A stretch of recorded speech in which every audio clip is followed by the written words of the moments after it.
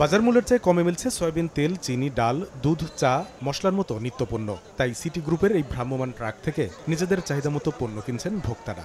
সব জিনিসই পাওয়া যাচ্ছে, 2-4 টাকা হলেও কম মূল্যে সাশ্রয় পাওয়া যাচ্ছে এবং যাওয়ার জন্য নেওয়ার জন্য সুবিধা হচ্ছে। জন্য আমি একটু ক্রয় করলাম। কিছুটা কম আছে, বাজার মূল্য থেকে অনেকটা কম আছে, স্বস্তি আছে। এবারে গিয়ে মোটামুটি আলহামদুলিল্লাহ 15-20 টাকা আমার সেভ হয়েছে।